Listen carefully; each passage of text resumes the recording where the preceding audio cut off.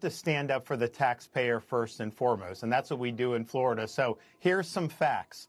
The state of Florida now has almost 4 million more residents than New York State does, yet New York's budget is over twice as large as the state of Florida's. New York City, with 8 million people, has a larger budget than the entire state of Florida, and yet our infrastructure is better, our roads are better, our services are better. And so these are choices.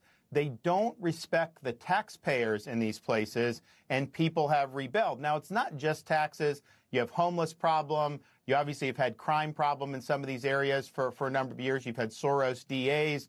You know, we've had Soros DAs in Florida. I'm the only governor that's removed them from their posts. But it really starts with being a friend of the taxpayer. So we have no state income tax in Florida, which we're going to keep.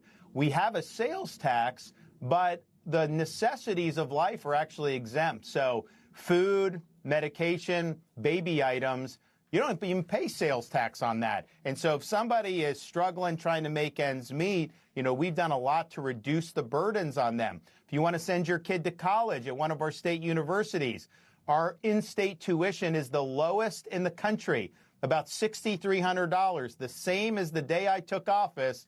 The tuition hasn't budged, even though we've had inflation, you know, throughout the economy. So on issue after issue, we've stood for people that are working hard. We respect the taxpayers, and the proof's in the pudding. How can you possibly argue that it would be okay to have a budget twice as large like New York State, given the results, the substandard results that they have? It's a choice of how they're treating taxpayers.